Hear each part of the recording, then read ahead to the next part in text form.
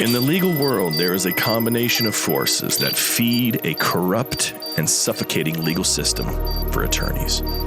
Law schools, law professionals, judges, and even the firms themselves for whom you work create a system, a matrix, if you will, that is nothing like what you thought when you passed the bar exam. The purpose of this podcast is to help you escape this legal matrix, leading you out of the proverbial desert to be free of the bondage of the matrix.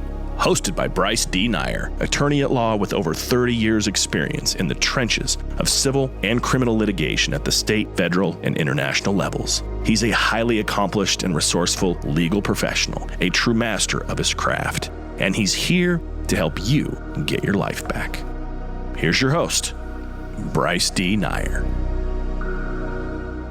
All right. This is Bryce D. Nyer coming at you live from Fayetteville, North Carolina, home of Fort Bragg for guess what? Yes, another episode of Escape the Legal Matrix. That's right. And of course, as usual, we have our favorite Labrador Retriever, Drake, our mascot for the law office in here. He's at my feet right now and sleeping. I wish I had a dog's life, let me tell you. Somebody Uber me around all day, feed me, take me to the coast, give me everything I want. Geez, man, it's life we all need. But anyway, let's get right to it. What are we going to talk about tonight? We're going to talk about the topic of, guess what? Come on. 1, 2, 3, 4. All right, guess wrong. It's called setbacks. That's right. In life, you're going to have setbacks. I have them every day.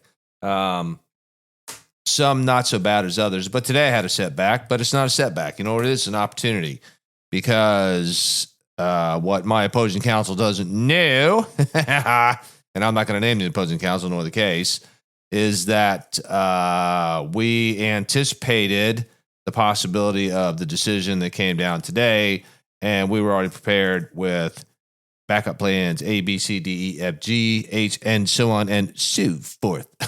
So they don't know it yet. He, she, whatever.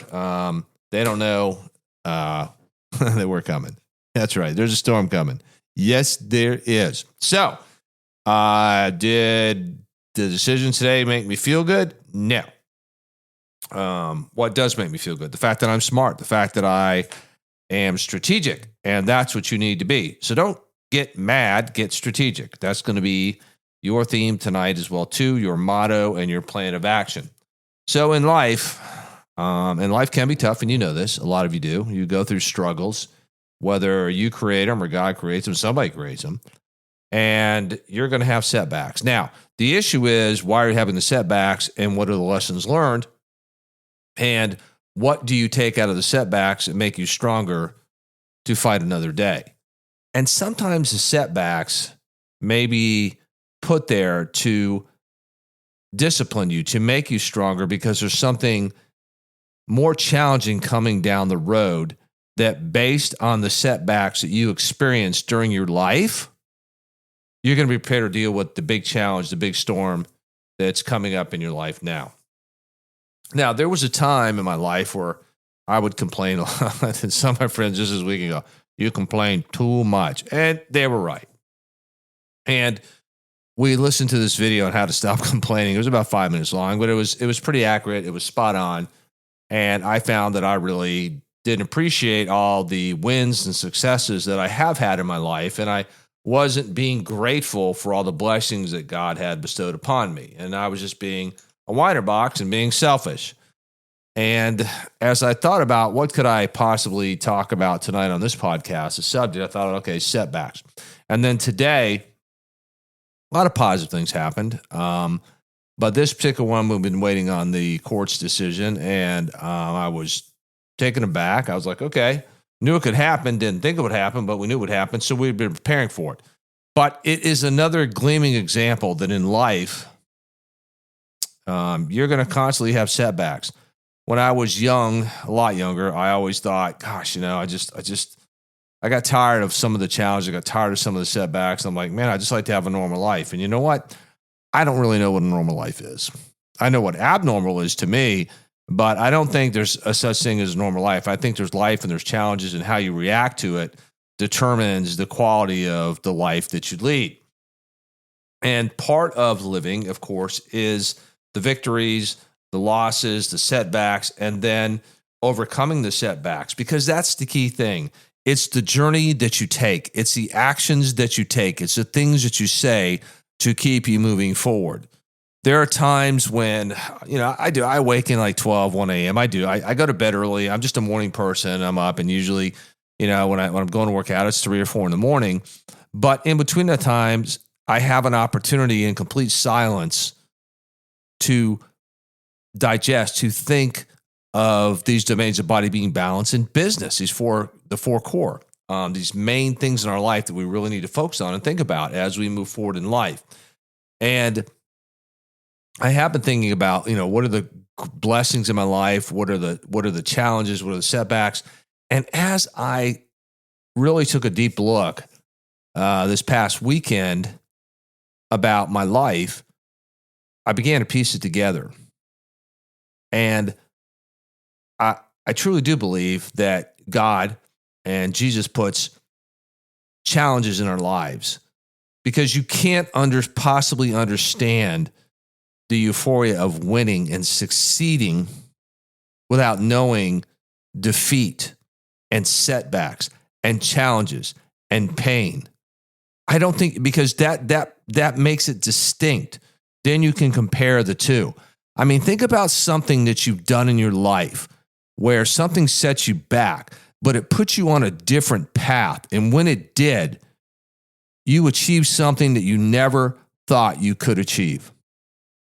And when you achieved it, I want you just to remember the feeling that you had, and you're like, wow, I can't believe I did this. I can't believe I won this. I can't believe I succeeded. And it's amazing. And I can go back in my life, even as a little kid moving forward, and I can see it so plainly now. All of these setbacks, these challenges, were building me for a future life, for a sole purpose to do certain things. For example, I never wanted to go to law school. It was not even in my mind. My father had been a lawyer. His father had been in law. It just wasn't on my mind until that day when I was a young captain in my 20s, sitting in Germany, having a few heavy Weizens, and it just was so compelling. And for other reasons, other things I won't really get into right now in this podcast. We'll do that in another podcast. But it set me in motion to move forward to apply to law school. Some, I did not get into. Some I did. And the one that I got into was where I was supposed to be. Now, it was very competitive. It was a private law school, private university. Trained people to be litigators, to open, own, operate, and lead their own law firms. That its mission was to go out and litigate and go wage war in this legal matrix.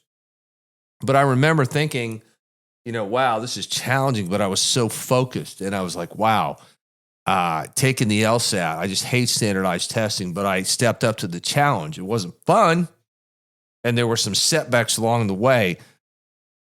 But I have to tell you, when I passed the bar exam, and I only had to take it once, first time, and believe me, you only want to take it one time. And I was like, I did prepare for it. I worked for it. And when I got the letter saying, congratulations, you passed the bar exam, I mean, to me, that was quite an accomplishment.